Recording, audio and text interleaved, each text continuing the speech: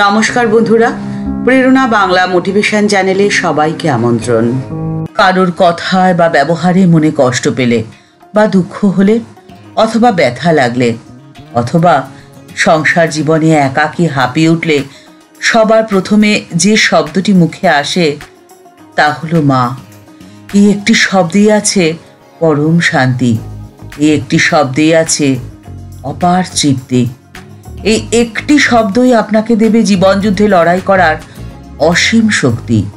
একদিন বাগবাজারে মায়ের বাড়িতে শ্রী মা বিছানায় শুয়ে ভক্ত মহিলাদের সঙ্গে কথা বলছেন। একজন ভক্ত মেয়ে হঠাৎ বলে উঠল, আজকে কত ছেলে মেয়ে মা মা বলে এসে আপনাকে এত বিরক্ত করছে। আমরা তো আপনার পেটে হইনি, তা বলি কি আমরা আপনার ছেলে মেয়ে নই? এই কথা শুনে শ্রী মা উঠে বসলেন।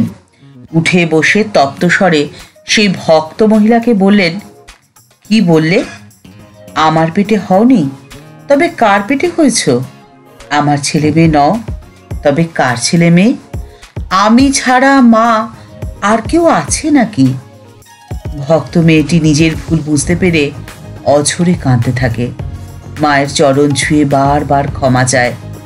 মা তখন স্মিত বদনে তাকে বললেন, দেখো মা, সবাই কি সহজে বুঝতে পারে? ভগবানের অবতারদের কজন চিনতে পারে বলো তো? কজনই বা বুঝতে পারে? যখন তারা চলে যান তখন লোকে ক্রমশ বোঝে। বাস্তবিকই তাই। শ্রী মায়ের এই কথা সত্যি প্রমাণিত হয়েছে মায়ের দেহ অবসানের বহুকাল পর। মা ক্রমশ অবগুণ্ঠনের আড়াল থেকে যেন আত্মপ্রকাশ করেছেন। মানুষ ক্রমশ বুঝতে পারছে মায়ের রূপ ধরে কে অবতীর্ণ হয়েছিলেন এই ধরাধামে। ঠাকুর মায়ের কথা বলতে গিয়ে বলেছিলেন, ও সারদা সরস্বতী জ্ঞান দিতে এসেছে।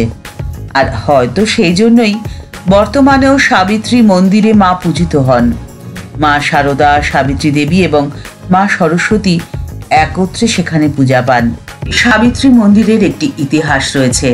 সেই ইতিহাস এবং মন্দিরের কথা যদি আপনারা জানতে চান তাহলে কমেন্টস বক্সের মধ্যে জানাবেন। তাহলে পরবর্তী সময় সেই মন্দির সম্পর্কে একটি ভিডিও বানানোর অবশ্যই চেষ্টা থাকবে। ভক্তবৃন্দ সাবিত্রী মন্দির পরিদর্শন করে মনের শান্তি লাভ করেন আর এটি অনুভব করেন যিনি সারদা তিনি সরস্বতী, আবার তিনি দেবী সাবিত্রী। মায়ের সাধারণ রূপের আড়ালে রয়েছে অসাধারণ ব্যক্তিত্ব। অশিক্ষিতের মুখ্য সে মা ঢেকে রেখেছিলেন তার জ্ঞানের সমুদ্রকে, আর সরলতার মোড়কে মুড়ে রেখেছিলেন বজ্র কঠিন দৃঢ়তাকে। ঠিক যেমন দৈত্যরাজ শুম্ভ দেখেছিল ব্রাহ্মণী, বৈষ্ণবী, মাহেশ্বরী প্রমুখ অষ্টমাতৃকা বিলীন হয়ে যাচ্ছেন দেবী চণ্ডীর মধ্যে।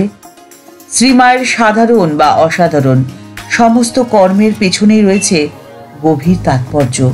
তাই আজও মায়ের করুণা ঘন দৃষ্টি আপনার শ্রান্ত ক্লান্ত জীবনে এনে দেয় শান্তির বাড়িধারা। মা সকলের জন্য বলে গেছেন, ভয় কি? সুখ দুঃখপূর্ণ এই জগৎ, তোমাদের কোনো ভয় নেই। বিভীষিকা আসুক, প্রলোভন আসুক, তাতে তোমাদের কি হবে? তোমাদের কোনো ভয় নেই। জীবনের সকল সময় সকল অবস্থাতেই মনে রেখো, আমার একজন মা আছেন। তবে কি জানো, খাটতে হয়, না খাটলে কি কিছু হয়? সংসারের কাজকর্মের মধ্যেও একটু সময় করে নিতে হয়। আমার কথা কি আর বলবো মা। তখন আমি দক্ষিণেশ্বরে রাত 3টের সময় উঠে জপে বসতুম। কোনো হুঁশ থাকতো না। একদিন জোছনা রাতে নহবতে সিঁড়ির পাশে বসে জপ করছি। চারদিক নিস্তব্ধ। ঠাকুর যে সেদিন কখন ঝাউতলায় শৌচে গেছেন কিছুই জানতে পারেনি। অন্যদিন জুতোর শব্দে টের পাই। খুব ধ্যান জমে গেছে। তখন আমার অন্যরকম চেহারা ছিল। গয়না পরা, লাল পেড়ে শাড়ি, গা থেকে আঁচল খসিয়ে বাতাসে উড়ে পড়ছে। কোনো হুঁশ নেই আমার সেই সময়। ছেলে যোগেন সেদিন ঠাকুরের গাড়ু দিতে গিয়ে আমাকে ওই অবস্থায় দেখেছিল। সেসব কি দিনই গেছে মা। জোছনা রাতে চাঁদের পানে তাকিয়ে জোর হাত করে বলেছি, তোমার ওই জোছনার মতো আমার অন্তর নির্মল করে দাও। তোমরা ভয় পেও না। তার কৃপা কিসে হয় তা তিনিই জানেন। তবে কি জানো, সবচেয়ে তিনি কিসে প্রসন্ন হন? এই যা করছো এতেই তিনি একমাত্র প্রসন্ন হন, অর্থাৎ সেবাতে। সেবায় বনের পশু পাখি থেকে স্বয়ং ভগবান পর্যন্ত সবাই বশ। কাজেই কোনো সময় মন খারাপ করো না। মন খারাপ না করে যেমন কাজ করছো করে যাও। আপনার জনেদের থেকে আবার চাওয়া চাওয়ির কি আছে? ঠাকুর মা ও স্বামীজির অপার করুণায় সমৃদ্ধ হোক সকলের জীবন, এই কামনা করে আজকের পর্ব এখানেই শেষ করছি। দেখা হচ্ছে পরের পর্বে।